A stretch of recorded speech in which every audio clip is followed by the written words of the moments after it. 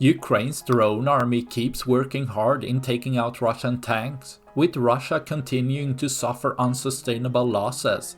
Their drone army usually has an RPG warhead, being great as the shape-charged warhead can penetrate a lot of armor and being able to hit the less protected areas of the tank. But sometimes Ukraine sends some drones with a lot more firepower behind.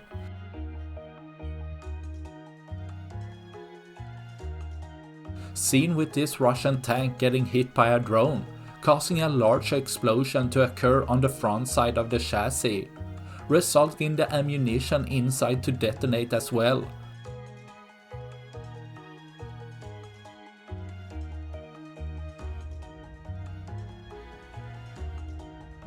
Almost causing the drone over to lose control, destroying another of Russia's tanks, leaving one less for tomorrow.